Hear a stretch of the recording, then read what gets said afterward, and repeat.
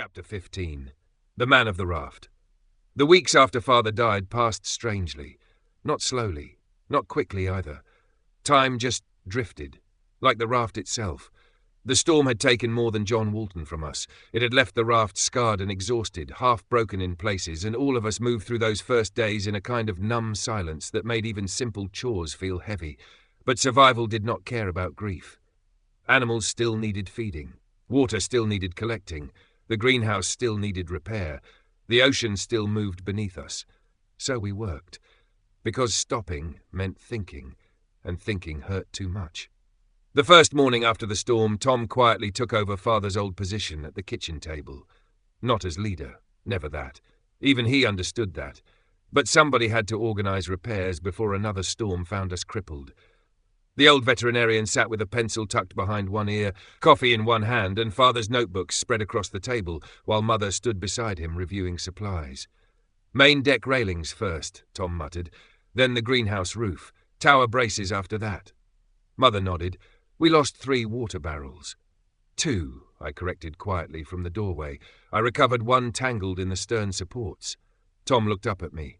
Good. That was all. But somehow hearing approval from him mattered more than I expected. Emily barely spoke during those first few days. She spent most of her time in the garden, repairing storm damage or sitting quietly beside George on the second-floor porch staring out across the water. Sometimes she played guitar softly at night. Slow songs, sad ones. Mother cried every time she thought nobody could hear her, which was often. The hardest part wasn't the silence, it was the missing sounds. Father's boots crossing the deck before dawn. His voice yelling up from below, the way he hummed absent-mindedly while fixing things. Even his coughing after coffee was gone. The raft itself felt emptier. We buried him 3 days after the storm. The weather finally calmed enough by then for the ocean to settle into long, rolling swells beneath pale grey skies. Mother insisted we bury him properly. Not wrapped in canvas like sailors used to do. Properly. She spent nearly an hour alone preparing him inside the bedroom while nobody disturbed her. When she finally opened the door, Emily burst into tears immediately. So did I. Father wore his old astronaut's overalls, the real ones, dark blue with faded mission patches sewn across the chest and sleeves. The Canadian flag patch on his right shoulder looked almost new compared to the worn fabric around it. Mother had shaved him clean. It was the first time I'd seen my father without a beard since I was a little boy. He looked younger, peaceful, like the years after the reflooding had somehow been washed away, which honestly made it harder, not easier. Mother stood beside him, resting one hand gently against his cheek for a long moment before finally whispering, "There you are." Tom quietly removed his hat. Even George seemed to understand something important was happening. The old saint, Bernard, laid silently beside the doorway the entire time. We held the funeral at sunset. The ocean rolled calm beneath us, while the sky burned gold and red through breaks in the clouds. Captain Southerly and Survivor City were still gone. No radio, no lights, nothing. So it was just us, our raft alone beneath the endless sky. Father rested on a wooden platform we built from salvaged cedar boards, while lanterns flickered softly around him in the evening wind. Mother spoke first. Her voice shook badly at the beginning, but steadied as she continued. "John Henry Walton believed life was something you built," she said quietly, "not something handed to you." She looked out over the water. He believed if something broke, you fixed it. If someone was hungry, you fed them. And if the world ended.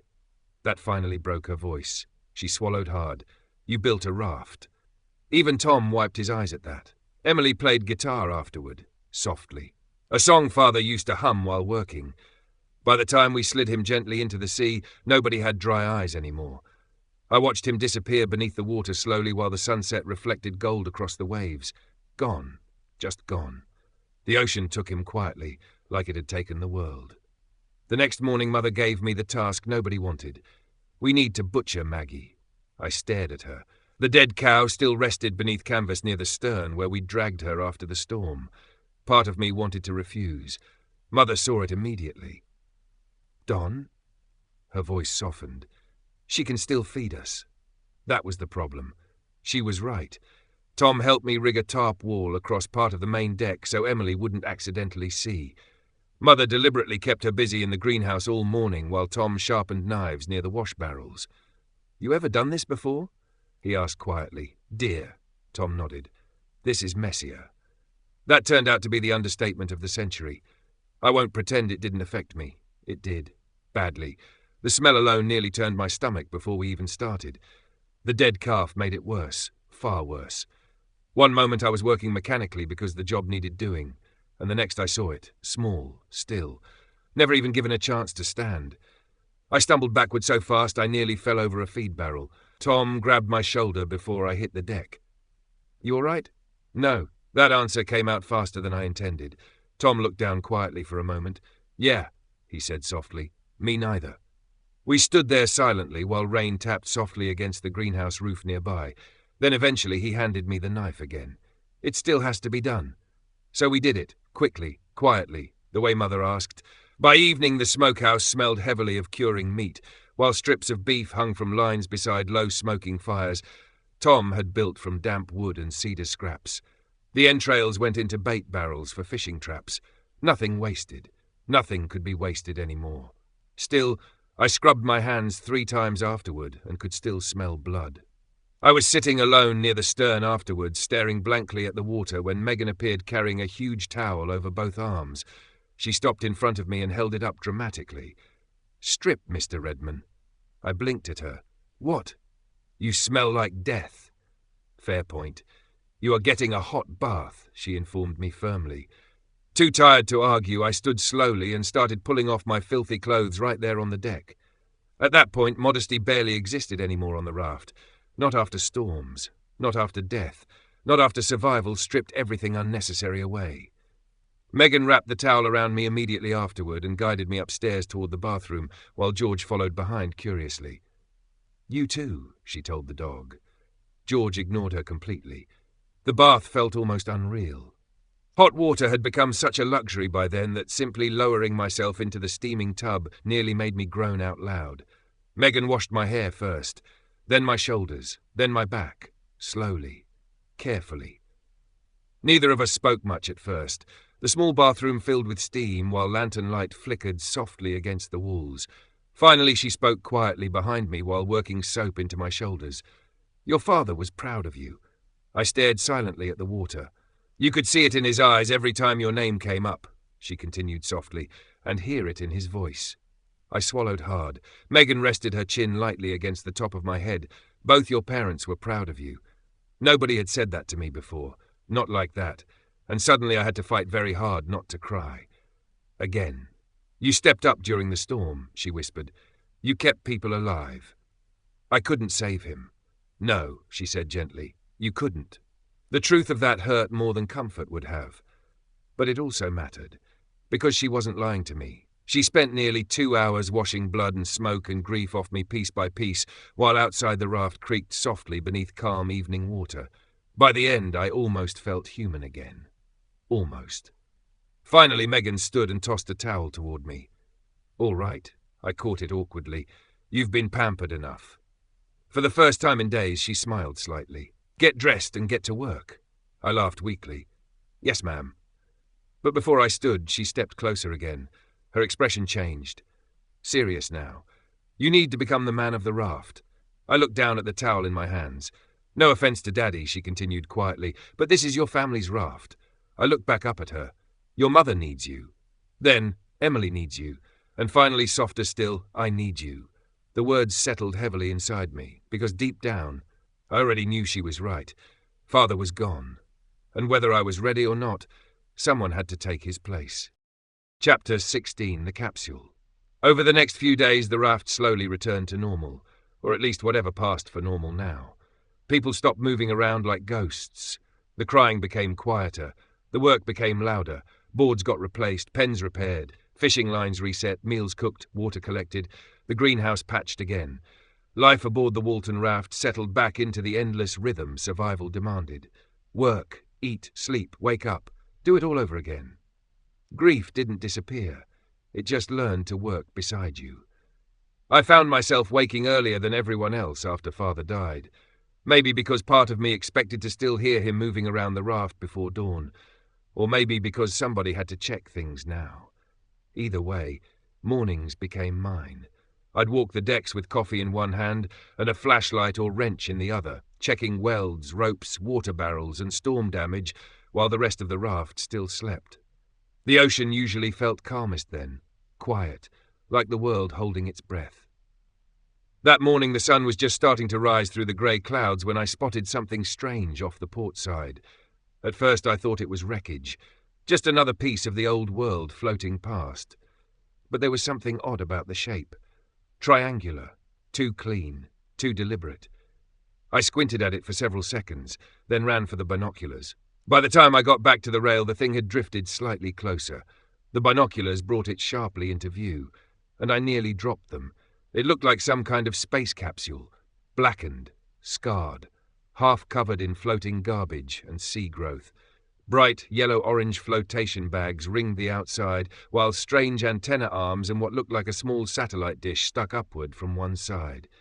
Then I saw the letters painted along the hull. NASA.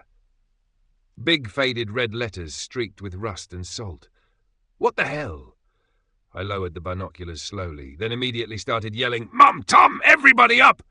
Within minutes, half the raft stood at the rail staring toward the drifting object, while George barked furiously at it like it had personally insulted him. Tom adjusted the binoculars carefully. "Well, I'll be damned." Mother folded her arms tightly. "Is that really what I think it is?" "Looks like an Artemis capsule," Tom muttered. Emily stepped beside me. "A what?" "Spacecraft." That got everybody's attention immediately.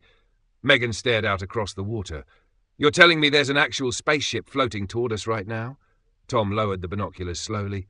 "Looks that way." The thing drifted closer through the morning swells until details became clearer. The capsule looked battered but intact. One of the flotation bags had partially deflated, and the heat shielding along the lower hull looked badly burned from re-entry. Garbage floated around it, tangled in ropes and seaweed like it had spent years drifting through debris fields. Then Emily pointed suddenly. "There!" Movement. Inside one of the tiny windows. Everybody froze. The hatch on the side suddenly jerked open halfway, and a human arm waved weakly from inside. Tom and I launched the rowboat immediately. The closer we got, the stranger the capsule looked. It wasn't just floating. It had been modified. Solar panels made from scavenged materials hung off one side, while cables and strange homemade electronics covered parts of the hull. The satellite dish I spotted earlier had been welded onto the exterior using what looked suspiciously like bicycle parts. "Whoever's in there," Tom muttered while rowing, "he's either brilliant." He glanced toward the capsule. Or completely insane. Turned out both were true. The hatch opened fully once we tied alongside.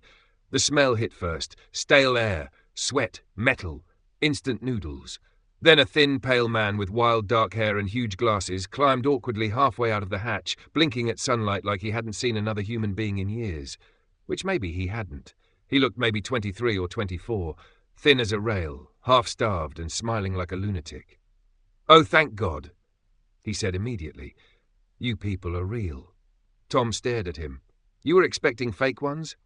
"You'd be amazed what dehydration does to a man." Fair point. His name was Stephen Flux. Scientist, engineer, apparently former doctoral student in orbital systems engineering before the world drowned. We brought him aboard the raft just before noon while the capsule got tied carefully behind us using heavy tow cables. Emily immediately made him sit down and shoved hot soup into his hands before he even finished introducing himself. "You're way too skinny," she informed him. Stephen blinked at her. "I lived in a museum capsule for 3 years." Still too skinny. That actually made him laugh. A strange, quick, nervous laugh like he wasn't entirely used to being around people anymore. The story came out slowly over the rest of the afternoon, while all of us sat around the kitchen table listening. Stephen had been visiting the Smithsonian Space Museum in Washington when the first catastrophic flooding hit. Panic. Riots. Water smashing through the lower floors.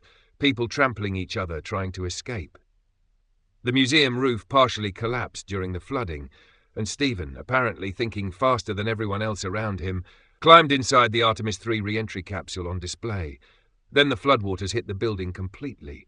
The capsule broke loose, smashed upward through the museum glass ceiling, inflated its emergency flotation systems automatically, and carried him to the surface. Tom leaned back slowly after hearing that. That's the stupidest lucky thing I've ever heard. Stephen nodded seriously. I agree completely. The inside of the capsule looked barely livable. Tiny. Cramped. Packed with ration wrappers, bottled water, wires, batteries, tools, and handwritten notebooks stacked everywhere. But somehow, he'd survived. Not comfortably, but survived. The strangest part sat mounted behind the pilot's seat, an old exercise bicycle, modified heavily with chains, generators, and salvaged battery packs attached to it. Emily stared at it. You pedal for electricity? Stephen looked oddly proud. Human-powered charging station. Tom burst out laughing immediately. You survived the apocalypse riding a stationary bike? Stephen pointed dramatically. Science. That got the first real laughter aboard the raft in weeks. Even Mother smiled. But then Stephen showed us the photographs, and suddenly nobody was laughing anymore. He connected a small waterproof laptop to the capsule batteries and brought up grainy satellite images. Real satellite images. The first anyone aboard the raft had seen since the world ended. Earth looked wrong. Completely wrong. The poles had shifted. The northern hemisphere was almost entirely ocean now. Fragments of mountain ranges poked above water here and there like broken teeth. But the southern hemisphere, that's where everyone stared. A massive rocky continent stretched across huge sections of the globe where Australia once sat. Bare, jagged, almost alien-looking. Antarctica. Without ice, without snow. Just exposed black rock, mountains, rivers, and scattered patches of green visible even from orbit. Mother leaned closer slowly. That can't be. It is, Stephen whispered. Nobody spoke for several seconds. Finally, Emily asked quietly, You think people live there? Stephen rubbed tired eyes behind his glasses. I think, he said carefully, it might be the only real land left. The satellite itself still worked somehow. Barely. An old military communications platform in unstable orbit. Stephen had managed to connect with it using modified transmission equipment built into the capsule. The problem was, he couldn't fully control it yet. Most systems are encrypted, he explained, while flipping through screens filled with code. I can access imaging systems occasionally, but navigation and communications are still locked behind military protocols. Tom looked impressed despite himself. You built all this alone? Stephen shrugged. I got bored. Megan leaned toward me and whispered, I like him. By evening, the decision had already been made. Stephen was staying. Nobody even needed to vote on it. Mother simply looked at him over supper and said, You're family now unless you decide otherwise. The poor guy nearly cried right there at the table. The capsule got tied securely alongside the raft near the stern, while Stephen helped Tom reinforce the tow lines personally. As the sun went down, Emily sat beside Stephen on the porch garden asking endless questions about space. And for the first time since Father died, I heard genuine excitement in her voice again. Far out across the dark ocean, the strange little capsule drifted beside the raft beneath the stars, and somewhere far to the south, a new continent waited. Chapter 17, Little Don. Stephen Flux tried very hard to become a farm boy. That was the problem. Trying and succeeding were apparently two very different things. The first morning he volunteered for chores started with confidence and ended with Emily screaming across the raft like the apocalypse had happened all over again. I was repairing part of the starboard railing with Tom when we heard it. Stephen! Both of us jumped. Tom looked up slowly. Well, he muttered. Either he broke something expensive. Another scream echoed across the raft. Don't touch those! Tom sighed heavily and stood up. Or alive. We found Stephen standing in the chicken pen holding a basket full of eggs, while Emily and Megan looked moments away from committing murder. Stephen blinked at all of us through fogged-up glasses. What? Emily pointed dramatically at the basket. Those are the hatch eggs. Stephen looked down. The what eggs? Megan grabbed the basket from him carefully like it contained explosives. The fertilized ones! Stephen's eyes widened immediately. Oh no. Oh yes. Emily snapped. She carefully inspected each egg one by one while Stephen stood there awkwardly holding an empty feed bucket. Losing the rooster during the storm had nearly destroyed their breeding plans completely. Those eggs were their last real chance at hatching another male chick and rebuilding the chicken population properly. Emily finally exhaled in relief. They're okay. Stephen visibly sagged. Oh, thank God. Emily glared at him. Those eggs were being kept at a specific temperature and position. Stephen nodded rapidly. Right. Yes, egg science, of course. Megan burst out laughing. Egg science? Stephen pointed weakly toward the basket. You people have made chickens terrifying somehow. That finally broke Emily's anger enough for her to laugh too. Barely. You are banned from egg duty. Fair. Stephen's adjustment to raft life only got stranger from there. He approached every task like a confused scientist dropped into medieval times. Milking goats terrified him. He somehow managed to spill feed into the water twice in one morning. And nobody let him near the smokehouse after he nearly turned 2 weeks of curing fish into charcoal, trying to improve airflow efficiency. Tom laughed so hard at that one he nearly fell off a crate. You survived alone in a NASA capsule for years, he wheezed. Stephen pointed angrily at the ruined fish. That's different science. Still, he kept trying, which mattered. Mother noticed it first. He wants to belong somewhere. She said it quietly one evening while helping Emily sort dried herbs in the kitchen. The lantern light flickered softly against the walls, while rain tapped gently against the outer greenhouse roof. Emily glanced toward the door where Stephen sat outside, hunched over electronics near the navigation table. He's weird. Mother smiled faintly. So was your father. Emily rolled her eyes immediately. Mom, what? Mother laughed softly. Your father once spent 6 hours trying to teach a goat to respond to hand signals. That was science. So is Stephen. Emily tried not to smile. Failed completely. Mother noticed that too. The chick hatched 12 days later. A tiny fluffy yellow thing that stumbled out of the shell angry at the world from the very beginning. Megan immediately declared it male despite having absolutely no evidence whatsoever. He's got attitude. That's not science either. Stephen informed her. Neither are your pants. That ended that discussion. A few days later, tiny tail feathers started appearing, and Tom finally confirmed it. Congratulations, he announced dramatically at supper. It's a rooster. Emily actually clapped. Stephen looked relieved. I'm so glad I didn't doom the species. The species survived, Megan corrected. She pointed toward the tiny chick currently running across the kitchen table. But this idiot almost didn't. The rooster eventually got named Little Don, mostly because Emily claimed it strutted around like I did, which was complete nonsense. The tiny green tunic and pointed hat happened 3 days later. Megan made them. Of course, she did. By the end of the week, the little rooster wandered proudly around the raft wearing a tiny green cloth tunic with a pointed hood, while fake miniature arrows crossed over his back. Stephen stared at the bird for nearly a full minute the first time he saw it. Why is your chicken dressed like Robin Hood? Emily looked genuinely confused. Because he's Little Don. That explains absolutely nothing. Tom nearly choked on his coffee laughing.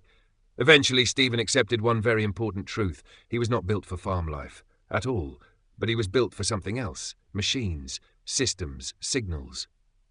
And once he realized the raft possessed far more power than his little capsule ever had, he came alive. The Walton raft's solar array stretched across much of the upper roof, while salvaged wind generators spun steadily from poles mounted near the observation tower. Compared to the exercise bike generator inside the Artemis capsule, it was paradise. Stephen practically vibrated with excitement. Do you understand? He told me one afternoon while crawling beneath the radio table surrounded by wires, how much easier this makes everything. You no longer have to pedal to use your computer. He pointed dramatically. Exactly. Within days, the navigation hut became Stephen's kingdom. The unfinished little room near the tower slowly transformed into something halfway between a ship bridge and a mad scientist laboratory. Wires hung everywhere. Screens flickered constantly. Old radar parts from Survivor City got integrated into homemade systems, while Stephen spent endless hours trying to reconnect with the damaged satellite overhead. Tom helped where he could, though the two men approached engineering very differently. Tom solved problems like a mechanic.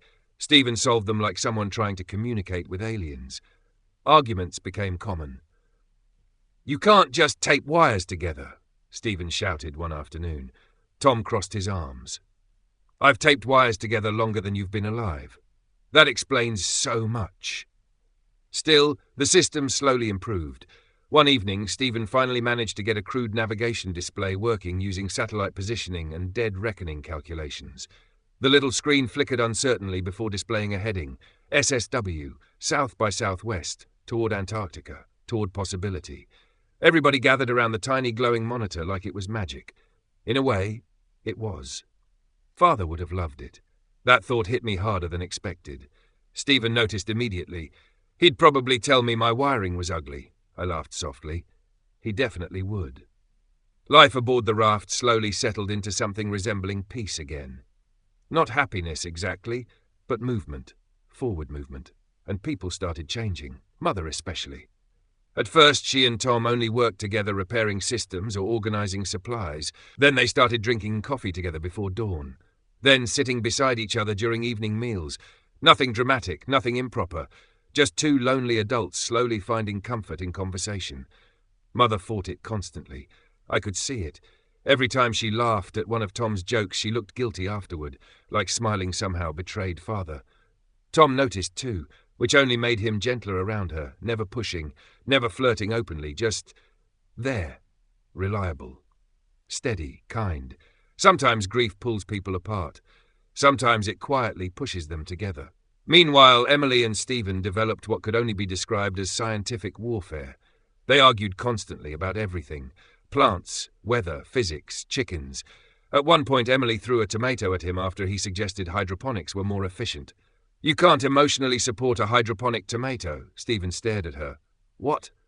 Mother nearly spit coffee laughing. Still, the spark between them became impossible not to notice, especially when Emily started spending suspicious amounts of time inside the navigation hut, asking questions, or when Stephen began wandering through the greenhouse, pretending to study moisture systems. Tom noticed it too eventually. One evening he leaned beside me at the rail while watching Emily and Stephen argue over seed spacing. "You know they like each other, right?" "Yup." "They know?" "Probably not." Tom nodded wisely. "Excellent, that usually means it's real." As for Megan and me, we simply became inseparable. No dramatic moment caused it, no declaration, no decision. It just happened. We worked together, slept beside each other, talked late into the night while the raft drifted endlessly southward across the ocean. Sometimes we spoke about the future, sometimes about nothing at all. One night, while lying beneath blankets on the upper porch watching stars through broken clouds, Megan rested her head against my shoulder and whispered, "You know what scares me?" "What?" "That this feels normal now."